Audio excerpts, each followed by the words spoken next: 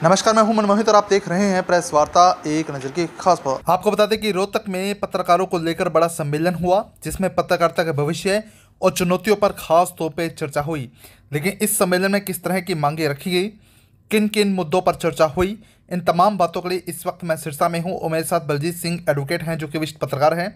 इनसे खास बातचीत करेंगे। सर, किस तरह की मांगें इस पूरे सम्मेलन में रखी गई?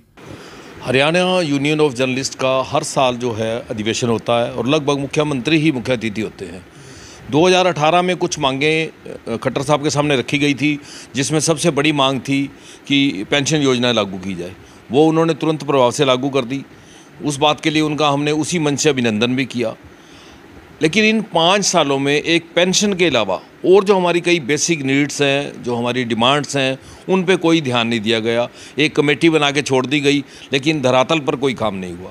उसी को लेके अब रोहतक में जो अधिवेशन था, सबसे पहले मुख्यमंत्री जी को वही रिपीट किया गया कि पेंशन आपने 10,000 रुपये लागू की थी। उस बात के लिए आपका धन्यवाद है, लेकिन उसको लगातार बढ़ाने की जो बात थी, केवल मात्र 1,000 रुपये बढ़ाया गया है, प्लस डीए को जोड़ना था। वो इस बार उन्होंने इस मंच से अनाउंस किया है कि लगातार हर साल ये पेंशन बढ़ेगी। डीए जो डेली अलाउंस है, उसको भी बीच में ऐड कर दिया गया है। अब सरकारी कर्मचारियों की तरह जो पेंशन है, वो सुविधा पत्रकारों को मिलेगी। उस बात को उन्होंने मांग लिया। दूसरी बात थी, जो बस यात्रा हमें 4,000 किलोमीटर की मिलती है, वो उन्होंने इस बार बढ़ा के 6,000 कर दी। लेकिन मुझे नहीं लगता कि बहुत कम पत्रकार हैं जो बस वगैरह में सफ़र करते हैं। सबके पास अपने अपने साधन हैं।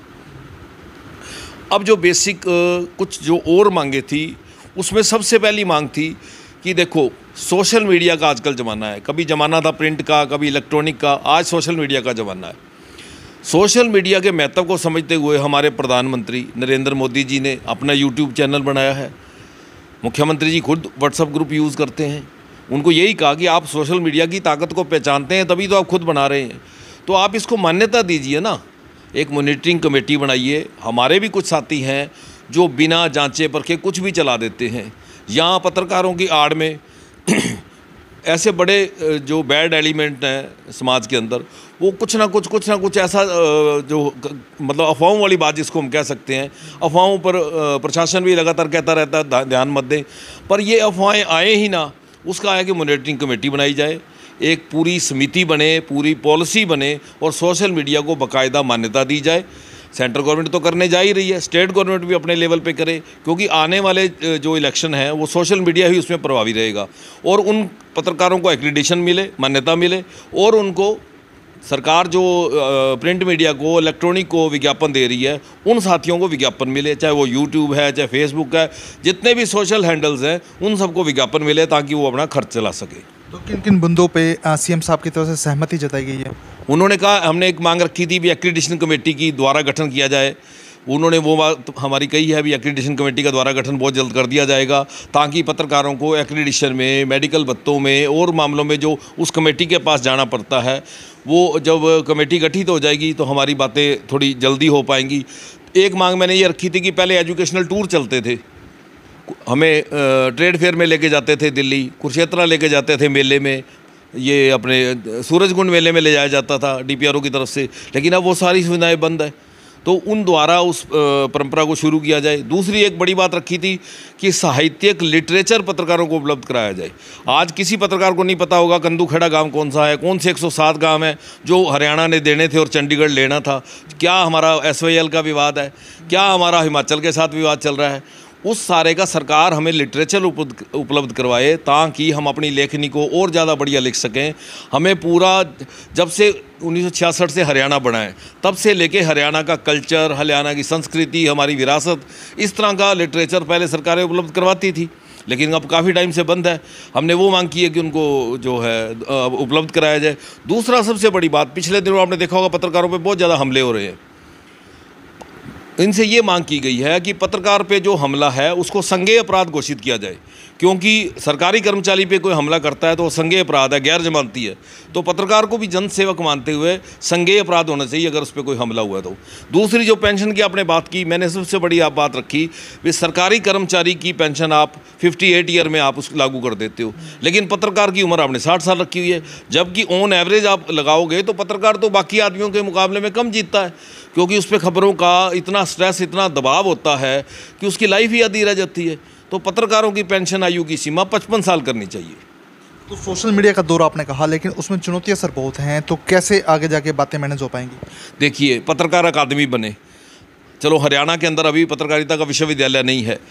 भोपाल चले जाएं, चौधरी मक्खनलाल विश्वविद्यालय है। इस तरह से बहुत से ऐसे विश्वविद्यालय पत्रकारिता के स्पेशल हैं। जब रक्षा जो है विश्वविद्यालय बन सकता है, खेल विश्वविद्यालय बन सकता है, तो पत्रकारिता का भी बनना चाहिए। जब तक पत्रकारिता का विश्वविद्यालय ना बने, यूनिवर्सिटी ना बने, अकादमी स्थापित होनी चाहिए। वो अकादमी इसी तरह लिटरेचर उपलब्ध कराए, वर्कशॉप करवाए, ताकि अब पत्रकारिता का दौर बदलता जा रहा है, डिजिटल का ज़माना आता जा रहा है और पत्रकार हमारे इतने सक्षम नहीं है कि वो अपने खर्चे से ये सारी चीज़ें सीख सकें। सरकार को इस तरह के वर्कशॉप्स लगवानी चाहिए ताकि उनको भी एक पढ़े लिखे अच्छे पत्रकार मिले और ट्रेंड होकर वो डीपीआरओ की और पीआरओ की जो है सर्विस भी ले पाएंगे। तो बदलते दौर में जो पत्रकारिता का परिवेश बदल रहा है, हमें वर्कशॉप्स की ज़रूरत है। पहले यूनियन बहुत वर्कशॉप करवाती थी, अब यही प्रयास किया है कि 16 प्रेस डे पे मुख्यमंत्री जी से मांगा है कि जगह जगह हर ज़िले में, ज़िला लेवल पे आप वर्कशॉप सरकार की तरफ से लगवाओ। उसमें बड़े बड़े विद्वान आएँ, आके आज की मार्केटिंग, आज की पत्रकारिता, सारा डिजिटल का जो ज़माना है वो सारा हमें बता के जाए। एक बड़ी बात और मैं कहूँगा, वकीलों को हुड्डा के अंदर आरक्षण है 10%, पत्रकारों को देने की बात थी। अब सरकार ने कहा है कि हाउसिंग बोर्ड की सोसाइटियों में पत्रकारों को जो है आरक्षण दिया जाएगा। वो कहा है कम से कम 5% आरक्षण इसमें दो, ताकि जिन पत्रकारों के पास अपने सिर पे छत नहीं है वो भी अपनी छत बना सके। कम से कम जीवन का एक सपना घर बनाने का तो उनका पूरा हो जाए। तो उनसे ये मांग की गई है। भी ये 5-6 मांगे हैं जिस पे उन्होंने कहा है कि हम बिल्कुल कमेटी बना के इसको एग्जामिन करवा लेते हैं और मुझे उम्मीद है कि 16 नवंबर प्रेस डे पे मुख्यमंत्री जी जरूर ये हमारी मांगे मानेंगे। तो आगे क्या यूनियन के प्रयास रहेंगे तमाम मांगों को पूरा करवाने में? अब अगले महीने प्रेस डे है, उस पर सिरसा में एक बड़ा अधिवेशन करना है। सीएम साहब को हमने कन्विंस कर लिया। अब डिप्टी सीएम को कहना है, उनके आगे भी मांगे रखनी है। कुछ डिपार्टमेंट उनके हैं, उनको एक मांग मैंने रखी थी कि हरियाणा निवास और हरियाणा भवन में एक्रीडेशन फ्री है, एक्रीडेशन वाले पत्रकारों को ठहरने की सुविधा है। तो जितने प्रदेश के अंदर पीडब्ल्यूडी के रेस्ट हाउस हैं उनमें भी ये सुविधा मिलनी चाहिए। उन्होंने तुरंत प्रभाव से ऑर्डिनेंस जारी करवा दिया और अब पीडब्ल्यूडी के रेस्ट हाउस में आप ऑनलाइन पत्रकार जो एक्रीडेटेड हैं वो बुकिंग करवा के ठहर सकते हैं। तो उनसे ये उनके सामने भी ये सारी जो मांगे रखेंगे, क्योंकि बहुत कम नेता हैं जो लोकसभा, राज्यसभा या विधानसभा में हमारे लिए आवाज़ उठाते हैं। हम पूरा टीवी का स्लॉट उनके नाम कर देते हैं, पूरा अखबार का पेज उनके नाम कर देते हैं, लेकिन कोई नेता ऐसा नहीं मिला जो पत्रकारों के लिए कभी विधानसभा में बात रखता हो, चाहे वो पक्ष का हो चाहे विपक्ष का हो। तो आने वाले टाइम में हम नेताओं को इतना मजबूर कर देंगे कि उनको अपने घोषणा पत्र में पत्रकारों के लिए कुछ ना कुछ सुविधा देनी ही पड़ेगी। जब विपक्ष के लोग देंगे तो पक्ष के लोगों को भी देनी पड़ेगी।